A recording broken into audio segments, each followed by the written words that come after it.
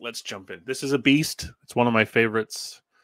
So this one's going to take a little while, but absolutely required. From here, we'll hop into some caves. Yeah, what they found in some caves. Some pretty cool stuff. Here's the AI for the first set. Just beautiful. So similar. Extraordinary discoveries in Utah. Okay, now this article, you guys, is one of the oldest articles that I could find about Utah.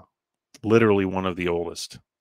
Finding anything about Utah written with this, an exploratory party, I mean, this must have been, to be honest with you, one of the first explorer parties to write and make it to the public. I'm sure there were private parties exploring these regions long before, because a lot of these people knew exactly what was going on out here. 1855. Okay. 1855 articles in this area, incredibly rare. Extraordinary discoveries. Last October, a party of Mormons left Salt Lake City to explore the southern sections of Utah Territory, of which nothing was known, with the hope of opening trade with the Navajo Indians, who are in that quarter and possess large quantities of goat, sheep, horses, and engaged in the manufacture of blankets. Now remember, the narrative originally was that the horses were due to the Spanish. This is a fallacy. The Spanish stole horses from the Indians. Okay, and they weren't just called Indians. Now, we're going to make some references here to New Granada, and the New Granada is Old Granada, and that Salt Lake was a capital of the Old Granada. A Mormon, what's a Mormon? Well, in 1600s, a Mormon, okay, is not what it was deemed. It's not what we think it was. Who possess large quantities of goat, sheep, and horses, and are engaged in the manufacture of blankets, leather, iron, and gold and silver ornaments. The party returned on the 21st of December with the news of most astonishing discoveries. Among other wonders stumbled on were the ruins of a large city similar to the far-famed Petra in the eastern desert, surpassing it in extent. Dr. Huntington, head of the party, immediately published an account in the Deseret News, which we take the following particulars.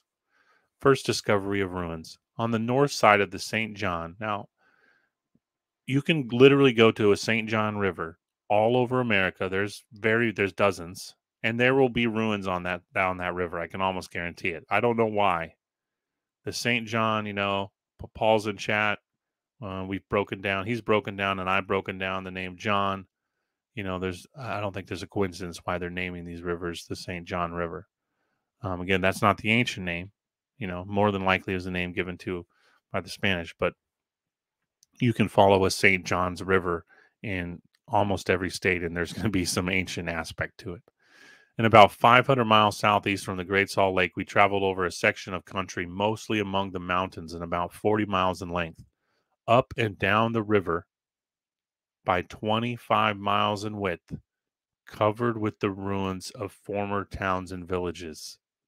The walls of many buildings are still standing entire, some of them 3 or 4 stories high, with the ends of the red cedar joist yet in the wall. The land of cedars. We're going back to the biblical references here, I promise. Just remember that. The red cedars yet in the wall, some projecting 8 or 10 inches, but worn to a point at their extremities. Every building was a fortification built in the strongest manner imaginable, and in a style that the present age knows nothing of. Many of them still plainly show the whole manner of structure, and even the marks of the workman's tools. The first ruins were discovered where 3 stone buildings crumbled to mere heaps. One appeared to have been a pottery, for in and around it were loads of fragments of crockery of fine quality, ornamented with a great variety of pictures, painted with the various colors, as if put on but yesterday. Here's the image for the next part. A fortified city. From here we traveled about 10 miles with occasional ruins by the way, and entered a deep canyon with projecting shelves of rock, and under these shelves were the houses or fortifications. The one we examined was divided into 24 rooms, each nearly square and enclosing an area of about 104 square feet. 144. The front of the walls was built up to the overhanging cliff which formed the roof, and was curved and full of portholes. The stones were all squared and faced, and of an equal thickness, and laid up with joints broken in a workmanlike manner. The only entrance we could find was a hole about 2 feet square and 18 inches in the ground, which is the usual size of the doors, both outer and partition, with the exception of some subterranean entrances, which were yet smaller and more difficult to find. Through the perfection of the rocky roof, there was very little rubbish in the rooms. From the first room, we passed through a small hole in the right-hand corner to the second, there through another hole to the third, and so on. From the left room to the right, and right to the left. Through the 24 rooms, and eventually wall was supplied with portholes. 50 yards above this was a large cave, with a narrow winding entrance, guarded by a high wall. Okay, so not only do these little cliff dwellings, have 24 rooms, but they have caves and tunnels that go into the mountains. This is something we were kind of covering a little bit in California and a little bit more in Arizona, that these cliffs, there are tunnels that are hundreds of miles long in these mountains. And the Navajo and many of the Indians use them for 100 years to escape not only their enemies, but a lot of the U.S. government's expansion. And hundreds and hundreds of miles, this subterranean world. And I think these little cliff dwelling were just entrances, opening into the rock, leading off into the mountain. We did not explore. Yeah, it went so far they didn't even find the end of it. Just like we were saying with some of the Arizona ones. Some of the Arizona caves are so large they never found the end, and you never find an article. There are caves just like that in Utah. They're so large we never find the end. Either the oxygen gets too light and they almost pass out and they have to turn around, or there's a water obstruction, or that there was a deluge of some kind that washed unbelievable amounts of debris into these caves and they can't go further. Buildings were everywhere in view, of various forms and dimensions, and in almost every stage of decay. From here to St. John's River, a distance of 10 miles, there were scattering ruins, and from there 12 miles northeast. So I kind of added up the mileage here, and over their 400-mile journey, there were stone cities for at least 200 plus miles of their journey. So we're not dealing with just little habitations here and there. We're dealing with massive, similar to that one I first read, 4 miles long. But we're talking hundreds of miles of territory covered in cities, endless cities.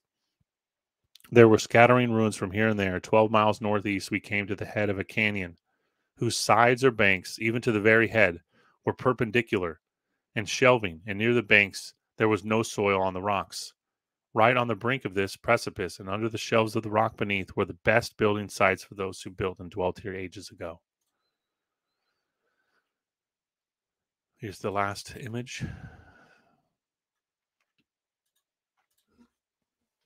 Another stronghold. All around the head of this canyon and down the other side, as far as we could see, were houses of every conceivable form and size. And in places where the soil was sufficient, there were overgrown with sage and cedars growing wild. Okay?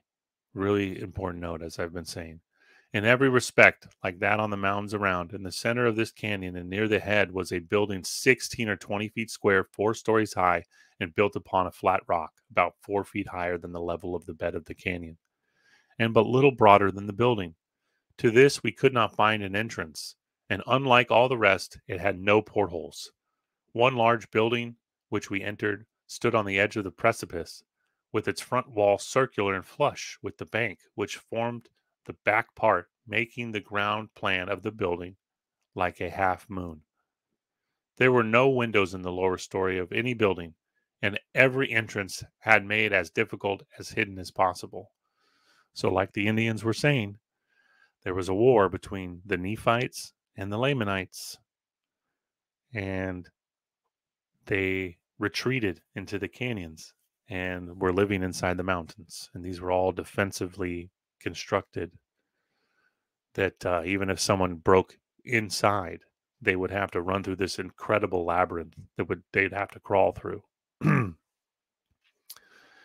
Every entrance was made as difficult and hidden as possible. The door or hole into the one last mentioned was guarded by 2 or 3 walls at different angles. So yeah, they're stacking the walls at different angles like a labyrinth, thus making a crooked, narrow passage to the door. And every part of this passage was in full view from the portholes of the building, the front wall being full of them, like pigeonholes, pointing in every possible direction.